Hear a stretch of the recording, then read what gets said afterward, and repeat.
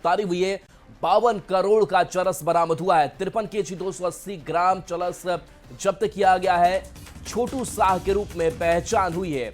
तो बड़ी खबर बता रहे हैं, जहां 53 किलो 280 ग्राम चरस की जब्ती हुई है। बेतिया से बड़ी खबर, जहां चरस तस्कर छोटू शाह गिरफ्तार किया गया है। एसएसबी जवान ने चेकिंग के दौरान कार्रवाई की है।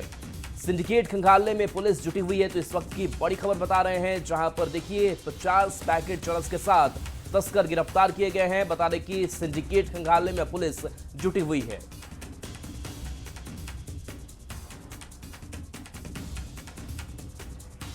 मुन्ना हमारे साथ न्यूज 18 संवाददाता जुड़े हुए। मुन्ना, ये करोड़ों का मामला सामने आया है, बड़ी कार्रवाई, अपडेट क्या इस मामले में? हाल के दिनों में भारत नेपाल के बीच कई ऐसे बरामदगी हो गई है जहां चरस तस्करी के साथ ही गांजा तस्करी का एक बड़ा खुलासा जरूर हुआ है।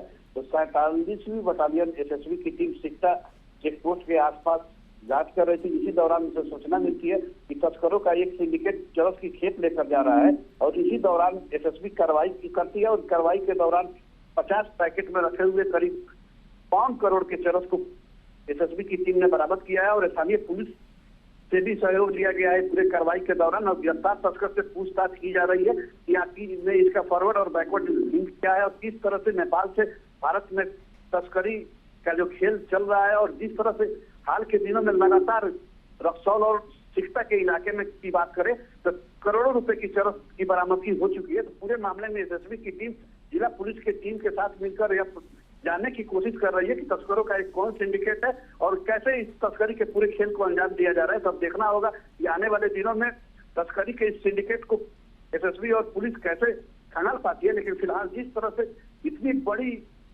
चरस की खेप पकड़ी गई है तो निश्चित रूप से एक बड़ा सवाल जरूर है कि भारत और नेपाल के बीच में तमाम सुरक्षा के दावों के बीच तस्करी का जिस तरह से खेल चल रहा है तो निश्चित तौर पर चौंकाने वाला है। जी चलिए, शुक्रिया मुन्ना इस अपडेट के लिए आपका। और इसी बीच कैमूर से देखिए बड़ी खबर सामने आ रही है, जहां महिला पुलिसकर्मी को अपराधी ने गोली मारी है। गंभीर हालत में प्राथमिक उपचार के लिए बनारस उन्हें रेफर किया गया। महिला पुलिसकर्मी कुदरा ट्रेन पकड़ने जा रही थी। बाइक से उनके साथ उनके पति थे और उसी समय बुलेट सवार अपराधियों ने उन्हें गोली मारी। मधेपुरा जा रही थी अपनी ड्यूटी पर महिला पुलिसकर्मी। भीतरी बांध करमचट थाना की रहने वाली है महिला पुलिसकर्मी और पुलिस जांच में जुटी हुई है। तो ये बड़ी खबर आपको कैमूर से बता रहे हैं। अपराधियों का तांडव इतना ज्यादा है कि अब वो पुलिसकर्मी पर भी हमला कर रहे हैं। आपको बता दें कि महिला पुलिसकर्मी को अपराधियों ने गोली मारी है। ज्यादा जानकारी के लिए न्यूज 18 संवाददाता अभिनव कुमार हमारे साथ इस वक्त फोन लाइन पर जुड़ गए हैं। अभिनव, क्या जानकारी मिल पा रही है, क्यों अपराधियों ने महिला पुलिसकर्मी को गोली मारी है? हालांकि अभी तक क्लियर नहीं हो पाया किस लिए मारी है, लेकिन महिला पुलिसकर्मी भभुआ की रहने वाली थी जो कुदरा स्टेशन से अपने ड्यूटी ज्वाइन करने जा रही थी अपने पति के साथ। तभी पीछे से 2 बाइक सवार अपराधियों ने आके उन्हें गोली मार दी। हालांकि जो महिला पुलिसकर्मी है उनके पीठ में गोली लगी है, अभी वो गोली नहीं निकली है। उन्हें अभी डॉक्टरों ने रेफर कर दिया बनारस के लिए। जी अभिनव, पुलिस जांच में जुटी हुई है, क्या कोई जानकारी मिल पाई है, किसी अपराधी की गिरफ्तारी हो पाई है अब तक? जी नहीं, क्योंकि घटना अभी जस्ट थोड़ी देर पहले की बताई जा रही है और पुलिस अभी जांच कर रही है। ये अभी तक नहीं क्लियर हुआ है कि अपराधियों ने किस मंशा से इन्हें गोली मारी है और अपराधी भी अभी तक नहीं पकड़े गए हैं। जी ठीक है, आप नजर बना के रखिए, अपडेट आपसे लेंगे। बहुत शुक्रिया जानकारी के लिए।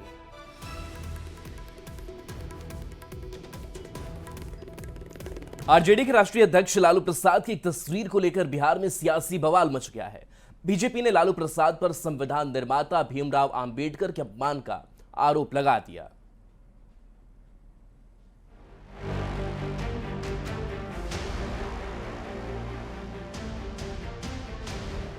साल 2019 के बाद देश की सियासत में संविधान और बाबा साहेब आम्बेडकर की कुछ ज्यादा ही चर्चा देखने को मिली।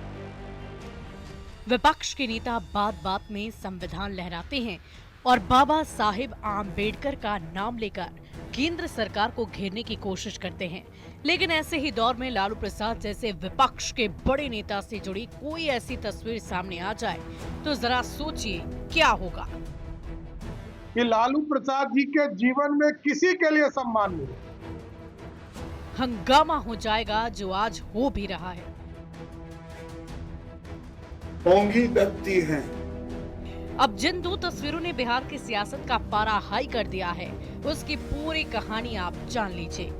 कुर्सी पर आरजेडी के राष्ट्रीय अध्यक्ष लालू प्रसाद बैठे हैं। उनके समर्थक उन्हें बाबा साहेब भीमराव आम्बेडकर की तस्वीर भेंट स्वरूप दे रहे हैं, पर आम्बेडकर की तस्वीर को लालू प्रसाद के पैरों के पास रखा गया। अब ये दूसरी तस्वीर जरा देखिए। ये तस्वीर आरजेडी दफ्तर की है, जहां कचरे के ढेर में बाबा साहेब की तस्वीर रखी हुई है। इन तस्वीरों के सामने आने के बाद एनडीए नेता लालू प्रसाद पर बाबा साहेब के अपमान का आरोप लगा रहे हैं। पिछड़ों को, अति पिछड़ों को, दलित समाज को सब दिन अपमानित करने का काम किसी व्यक्ति ने किया तो बिहार के पूर्व मुख्यमंत्री लालू प्रसाद जी ने किया।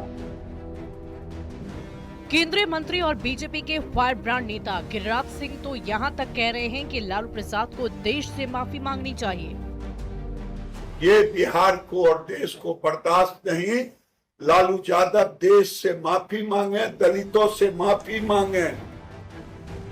हालांकि लालू प्रसाद के बेटे और बिहार विधानसभा में नेता प्रतिपक्ष तेजस्वी यादव ने बीजेपी पर झूठा प्रचार प्रसार करने का आरोप लगाया। ये भाजपा के लोग झूठा प्रचार करने आ गया। बीजेपी के लोग सत्ता में आएंगे तो एक झूठा है ना। कौन रखा है? कौन रखा है पैर के सामने? आरजेडी के वर्कर कौन है? आरजेडी के वर्कर रखे। बिहार में चुनाव से पहले आरजेडी सहित सभी दल पिछड़े अति पिछड़ों को साधने में लगे हैं और ऐसे में बाबा साहेब के अपमान का मुद्दा बड़ा होने वाला है। एनडीए इस मुद्दे को लेकर लालू प्रसाद के खिलाफ मोर्चा खोलने की तैयारी में है तो आरजेडी डैमेज कंट्रोल में लगा है। पर सबसे बड़ा सवाल तो यही है कि क्या लालू प्रसाद ने आम्बेडकर का अपमान किया? न्यूज़ 18 के लिए पटना से संवाददाता शैलेंद्र और धर्मेंद्र और गोपालगंज से गोविंद के साथ ब्यूरो रिपोर्ट। आरजेडी अध्यक्ष लालू प्रसाद की एक तस्वीर को लेकर के बिहार में सियासी बवाल मच गया है। जन स्वराज के संस्थापक प्रशांत किशोर ने भी लालू प्रसाद पर भीमराव अंबेडकर के अपमान का आरोप लगाया। उन्होंने ये कहा कि पैर के पास बाबा साहेब का फोटो रखा जाना अपमानजनक है।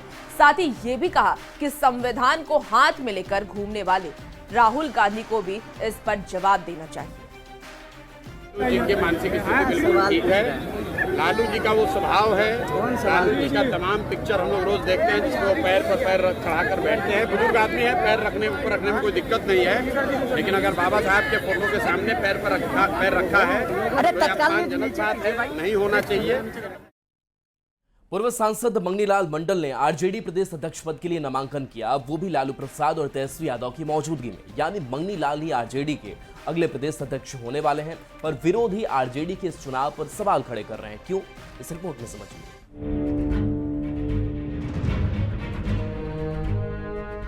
चुनावी साल में जगदानंद सिंह की जगह पूर्व सांसद मंगनीलाल मंडल आरजेडी के प्रदेश अध्यक्ष बनने जा रहे हैं। धानुक जाति से आने वाले मंगनीलाल मंडल पर लालू प्रसाद ने भरोसा जताया है। लालू प्रसाद और तेजस्वी यादव की मौजूदगी में मंगनीलाल मंडल ने आरजेडी ऑफिस पहुंचकर प्रदेश अध्यक्ष पद के लिए इकलौता नामांकन किया, तो ये साफ है कि वो पार्टी के अगले प्रदेश अध्यक्ष हैं।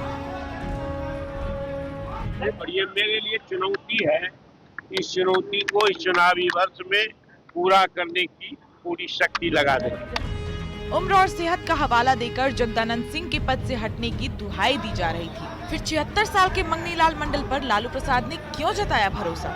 ये सवाल बीजेपी और जेडीयू के नेता पूछ रहे हैं। आरजेडी ने जगदा बाबू को जब पार्टी से हटाया, दरकिनार किए गए, तो यह कहा कि बुजुर्ग हैं साहब, आप अभी जो अध्यक्ष बना रहे हैं वो क्या युवा हैं क्या? वह अभी तो बुजुर्ग हैं और राजनीतिक रूप से अवसान पर हैं। बिहार विधानसभा चुनाव से पहले अति पिछड़ा समाज के नेता को अपना प्रदेश अध्यक्ष बनाकर आरजेडी ने एनडीए के वोट बैंक में सेंधमारी की कोशिश की। फायदा कितना होता है ये वक्त बताएगा। पटना से संवाददाता रवि एस नारायण के साथ bureau report news 18। PM Modi 20 जून को सिवान दौरे पर आने वाले हैं। पीएम के सिवान दौरे को लेकर के सियासत भी तेज हो गई है। माना यह जा रहा है कि पीएम मोदी इस दौरे के बाद सिवान, गोपालगंज, छपरा, महाराजगंज के तमाम विधानसभा सीट पर एनडीए को बड़ा फायदा मिल सकता है। ये रिपोर्ट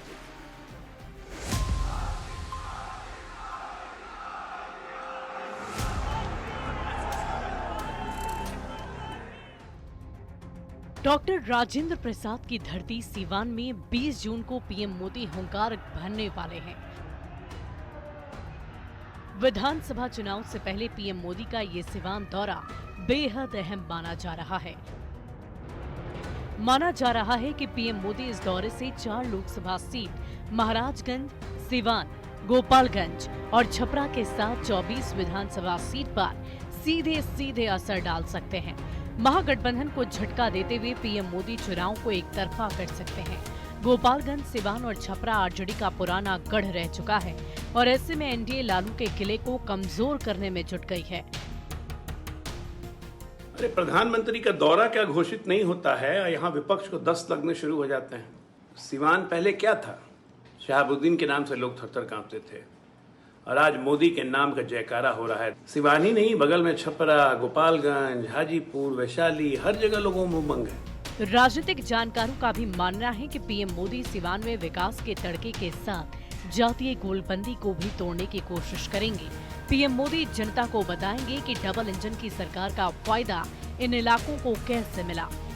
वहां पर वो साधने की कोशिश करेंगे कि खास करके जो ध्रुवीकरण की राजनीति होती है, उस ध्रुवीकरण में निश्चित रूप से प्रधानमंत्री इसका भी कहेंगे कि कैसे जो सिवान कभी दहशत में था, वह सिवान बदला हुआ सिवान है, परिवर्तित सिवान है, तो महागठबंधन पर तो चोट पहुंचाएंगे। एक तरफ पीएम मोदी के इस दौरे से एनडीए को बड़ी उम्मीद है, तो महागठबंधन को लालू और तेजस्वी के करिश्मे का आसरा है। आरजेडी का दावा है कि पीएम के दौरे से एनडीए को कोई फायदा नहीं मिलने वाला है। देखिए, 20 जून को आदरणीय प्रधानमंत्री जी के सिवान दौरे से कोई फायदा होने वाला नहीं है एनडीए को, बीजेपी को। पीएम मोदी के सिवान दौरे को लेकर महागठबंधन में सियासी सरगर्मी काफी तेज है, तो एनडीए का कॉन्फिडेंस हाई दिख रहा है। सिवान की धरती पीएम मोदी का इंतजार कर रही है। पटना से न्यूज़ 18 के लिए आनंद अमृतराज की रिपोर्ट।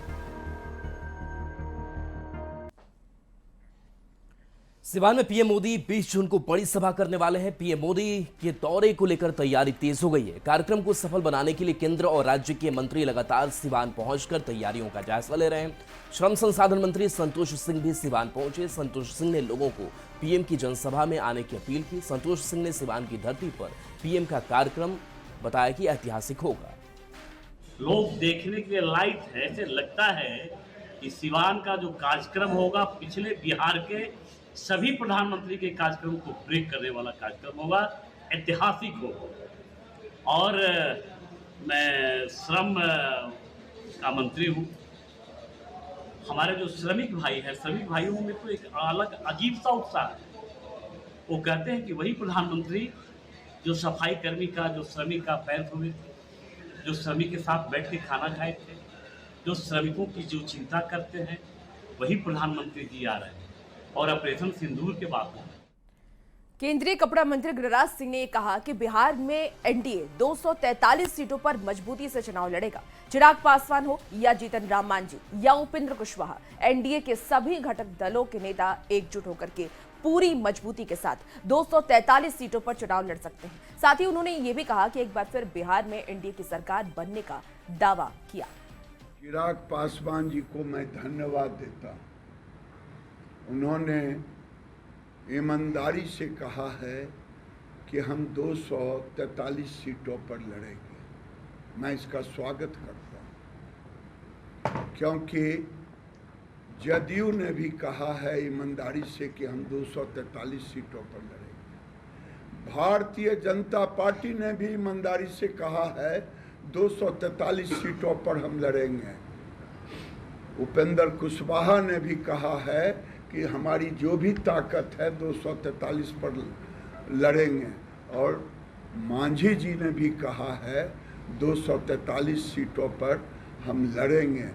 यही हमारा एनडीए की ताकत है। बिहार में अपराध को लेकर जारी सियासत के बीच यूपी की तर्ज पर पुलिस का ऑपरेशन लंगड़ा जारी है। बिहार पुलिस ने पिछले 3 दिन में 5 बड़े एनकाउंटर किए हैं। मैसेज क्लियर है, बिहार में अगर अपराध करोगे तो बख्शे नहीं जाओगे। पुलिस की कार्रवाई को लेकर बिहार में सियासत भी खूब हो रही है।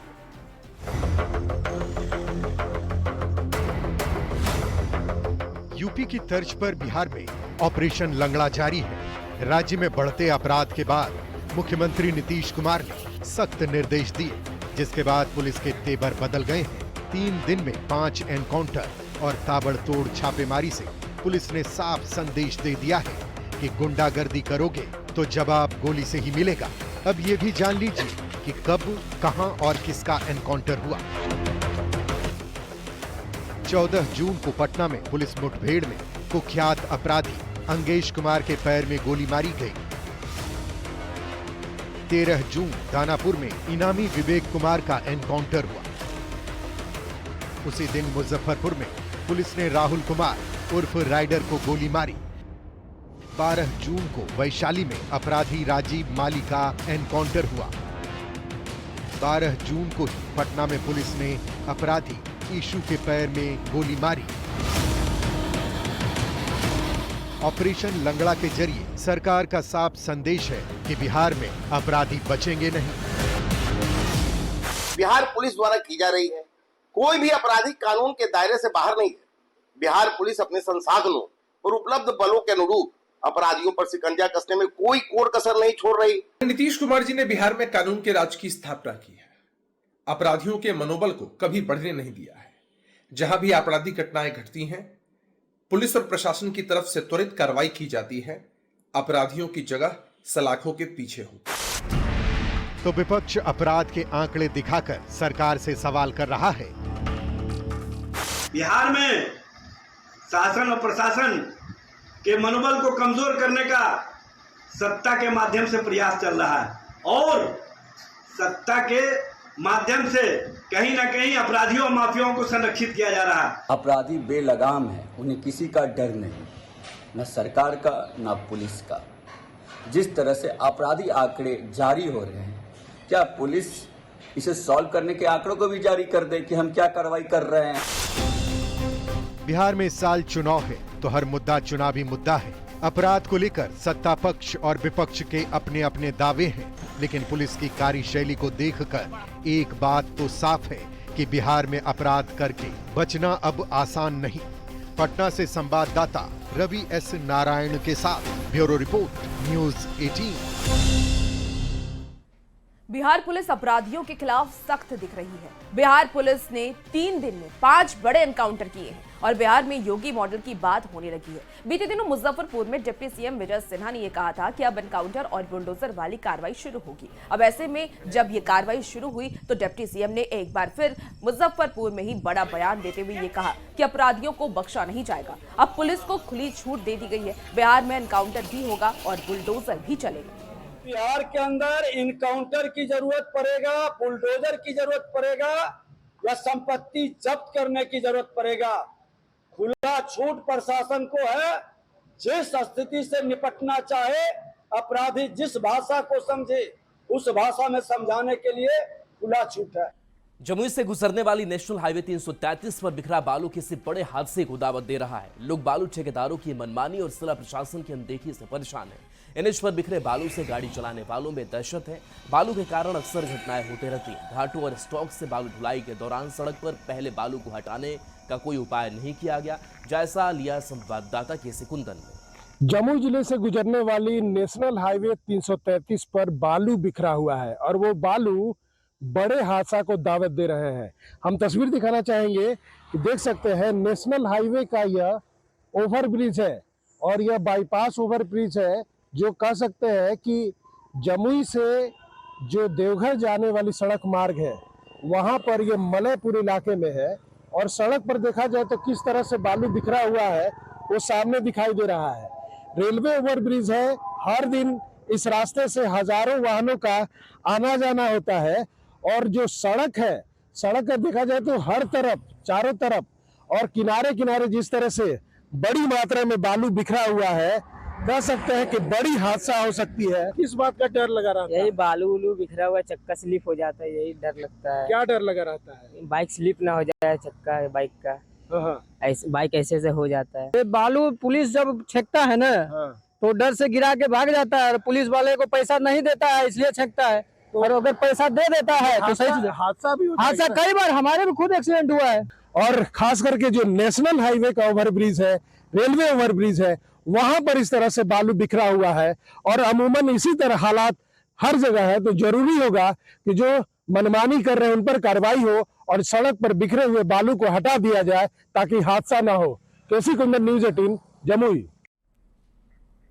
और पटना से बड़ी खबर, जहां बालू उठाव पर आज से पाबंदी है। बिहार के सभी नदी घाटों से बालू उठाव पर पाबंदी लागू कर दी गई है। पाबंदी 15 जून से 30 सितंबर तक लागू रहेगा। इस अवधि में बंदोबस्तधारी भी नदियों से बालू का खनन नहीं कर सकेंगे। खान एवं भूतत्व विभाग ने यह दावा किया है कि बालू की कमी नहीं होने दी जाएगी। तो बालू उठाव पर आज से पाबंदी होगी। सभी नदी घाट से बालू उठाव पर पाबंदी लागू कर दी गई है और यह भी दावा किया जा रहा है कि बालू की कमी नहीं होने दी जाएगी। 15 जून से 30 सितंबर तक इसको लागू किया गया है। और अब खबर दरभंगा से आपको बता रहे हैं, जहां सुहारचट्टी चौक पर पारिवारिक विवाद में हिंसक रूप ले लिया है। जहां जमीन विवाद में एक ही परिवार के लोगों में जमकर मारपीट हुई। मारपीट का सीसीटीवी फुटेज भी देखिए सामने आ गया है। मामला पतोर थाना के सुहारचट्टी चौक का बताया जा रहा है, जहां जमीन विवाद को लेकर के एक ही परिवार के लोग आपस में भिड़ गए। यहां तक बुजुर्ग पिता शिशिर कुमार चौधरी पर बुलेट चढ़ाने की कोशिश का भी आरोप लगा है। मारपीट की घटना सीसीटीवी कैमरे में कैद हो गई। थाने में आवेदन के बाद पुलिस पूरे मामले की जांच कर रही है और वो सीसीटीवी फुटेज भी इस वक्त आप टीवी स्क्रीन पर देख रहे हैं। को लेकर जिसमें शायद पार्टीशन छूट भी चल रहा है।